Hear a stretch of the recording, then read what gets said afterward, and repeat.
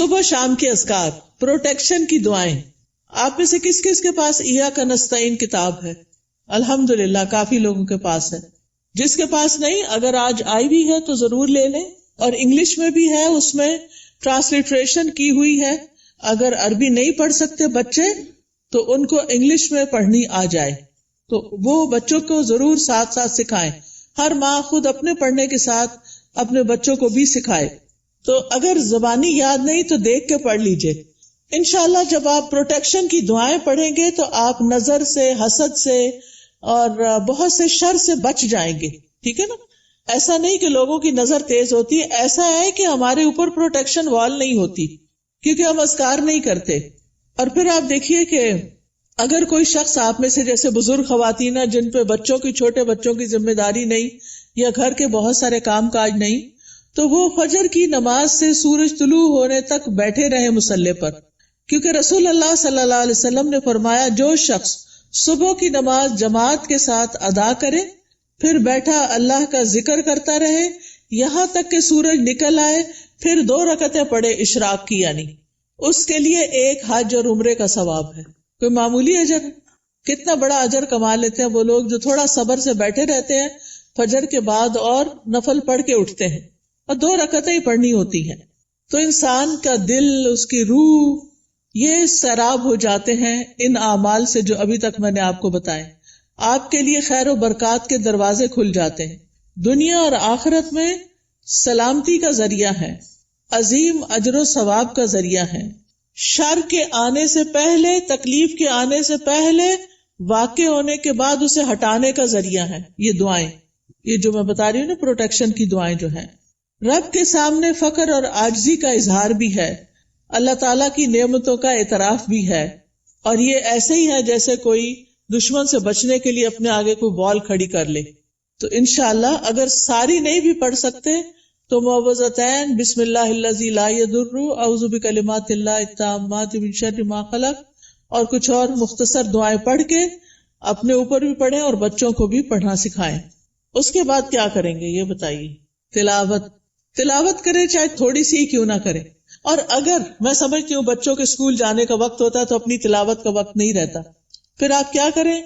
اپنے فون پر قرآن مجید کا کچھ نہ کچھ حصہ ریگولر لگا دیں. کوئی پورے قرآن کو ڈاؤن لوڈ کر لیں، اب تو ایسی ویب سائٹس بھی ہیں، وہاں سے آپ شروع کریں، الحمد سے الناس تک پورا کریں. ہر روز تلاوت لگا دی، بچے بھی تیار ہو رہے ہیں، آپ بھی کچن میں کام کر رہی ہیں اور ساتھ ساتھ تلاوت سنیں.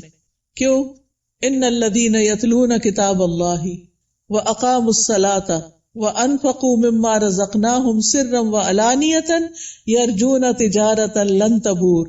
بے شک جو لوگ اللہ کی کتاب کی تلاوت کرتے ہیں، اور تلاوت کا عربی میں معنی فالو کرنا بھی ہوتا ہے، سمجھ کے پڑھنا، اور انہوں نے نماز قائم کی اور جو کچھ ہم نے انہیں دیا ہے اس میں سے انہوں نے پوشیدہ اور ظاہر خرچ کیا، وہ ایسی تجارت کی امید رکھتے ہیں جو کبھی برباد نہ ہوگی.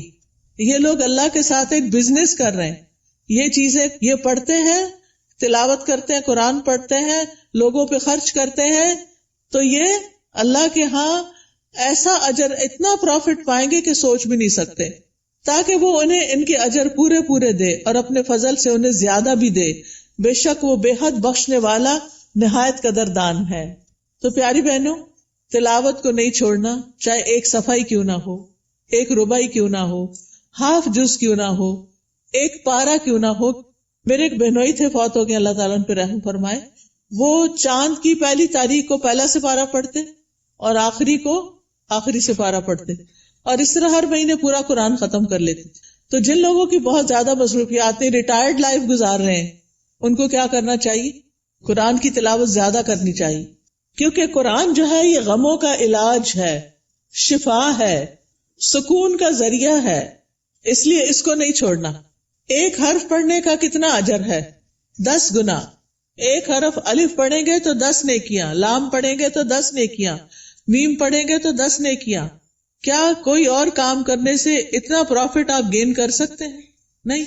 ہاں ایک مشکل ہے، کچھ لوگوں کو پڑھنا نہیں آتا، یا ان کی تجوید ٹھیک نہیں، یا وہ ڈرتے ہیں کہ کوئی سن لے گا تو پھر کیا ہوگا. تو ایسی صورت میں ان کو اپنی تجوید ٹھیک کرنی چاہیے. اس کے لیے میں آپ کو ایک طریقہ بتاتی ہوں، اور وہ طریقہ ہے ایک ایپ ڈاؤن لوڈ کر لیں، لرن قرآن. کس کس کے پاس ہے یہ ایپ؟ 8-10 لوگوں کے پاس ہے، زیادہ نہیں ہے. آپ یہ ایپ اگر ڈاؤن لوڈ کر لیں. اچھا، قرآن پر آل کس کے پاس ہے؟ وہ بھی تھوڑے سے لوگوں کے پاس ہے. ان دونوں میں سے کوئی بھی ایپ آپ ڈاؤن لوڈ کر لیں. یہ آپ آئی فون پہ بھی کر سکتے ہیں اور اینڈرائڈ پہ بھی کر سکتے ہیں. ٹھیک ہے، اس میں آپ تجوید سیکشن پہ چلے جائیں. تجوید پہ جائیں گے تو وہاں آپ کو ایک ایک آیت کہلوائی ہوئی ملے گی. پہلے ٹیچر پڑھے گی، پھر پیچھے آپ پڑھیں گے. تو آپ کیا کریں، جب ٹیچر پڑھ رہی ہو غور سے سنیں، جب اسٹوڈنٹس آگے پڑھے آپ بھی ساتھ شامل ہو جائیں. تو اس طرح روز پڑھتے پڑھتے آپ کی تجوید ٹھیک ہو جائے گی. کیونکہ بعض کا جب انسان بڑا ہو جاتا ہے نا، تو اس کو شرم آتی ہے کسی کے پاس جا کے غلطیاں نکلوانے کی، یا ٹائم نہیں ہوتا، یا فیس نہیں دے سکتے، یا کوئی اور مسائل ہوتے ہیں. تو آپ قرآن مجید کھول کے بیٹھ جائیں، آڈیو لگا کے بیٹھ جائیں، اور 7 انگلی رکھ کے ایک ایک آیت کو پڑھ پڑھ کے یاد کریں، اس کے مخارج ٹھیک کریں، ادائیگی ٹھیک کریں. ٹھیک ہے، جس گھر میں قرآن پڑھا جاتا ہو وہاں فرشتے حاضر ہوتے ہیں. ابو ہریرہ کہا کرتے تھے، بے شک قرآن پڑھنے کی وجہ سے گھر اپنے رہنے والوں کے لیے کشادہ ہو جاتا ہے. اس میں فرشتے حاضر ہوتے ہیں، شیاطین اس گھر کو چھوڑ دیتے ہیں اور اس کی خیر و برکت بڑھ جاتی ہے. یعنی اس گھر میں خیر و برکت ہوتی ہے جس میں کیا ہوتا ہے، قرآن کی تلاوت ہوتی ہے. آج آپ دیکھیں ہمارے بچے ویڈیو گیمز کے پیچھے دیوانے ہیں، قرآن پڑھنے کے لیے تیار نہیں. ہم اپنے پیچھے کیا چھوڑ کے جا رہے ہیں؟ آپ کو پتا نا، جب بچے قرآن پڑھتے تو ماں باپ کو بھی ثواب ملتا ہے کیونکہ انہوں نے ان کو پڑھوایا. لیکن اگر ہمارے بچے قرآن ہی نہیں پڑھ رہے تو مرنے کے بعد کون ہمارے لیے دعائیں کرے گا، کون ہمارے لیے کچھ کرے گا؟ تو اس لیے پیاری بہنوں، آپ ان کے لیے عملی نمونہ بنو، رول ماڈل بنو. آپ گھر میں ان کے بیچ میں بیٹھ کے تلاوت کرو، سیکھو. اگر نہیں تو انہیں بتایا، میں اب دیکھو اس ایج میں سیکھ رہی ہوں، چلو ہم سب مل کے سیکھتے ہیں. ان کو بھی ساتھ بٹھا لیں، چھوٹی سی گھر میں کلاس بنا لیں، 2-3 بچے اور آپ خود بیٹھ جائیں. اگر آپ کے ہسبینڈ بھی ساتھ بیٹھ جائے تو بہت ہی اچھا ہے. اگر یہ نہیں ہوتا تو کوئی ٹیچر ہائر کریں جو گھر پہ آئے، یا آپ اس کے پاس لے جائیں یا آن لائن پڑھائیں. لیکن اس فریضے سے آپ نے کوتاہی نہیں کرنی کہ بچوں کو قرآن سکھا کے جانا ہے دنیا سے. اور جس گھر میں قرآن نہیں پڑھا جاتا وہ اپنے رہنے والوں کے لیے تنگ ہوتا ہے، نحوست ہوتی ہے اس میں. فرشتے اس گھر کو چھوڑ دیتے ہیں، شیاطین آ جاتے ہیں اور اس گھر کی خیر و برکت کم ہو جاتی. تب ہمارے اوپر ہے نا، ہم کیا چاہتے ہیں.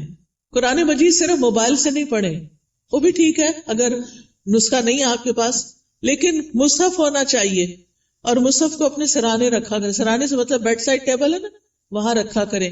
کیونکہ قبر میں بھی قرآن سرہانے کی طرف سے آئے گا اور بچائے گا. اگر دنیا میں ساتھ نہیں رکھا نا، قبر میں نہیں آئے گا. سمجھ آ گئی بات؟ تو ابھی سے اس کو پاس رکھے، ساتھی بنائیں تاکہ قبر میں بھی وہ آپ کے ساتھ ہو.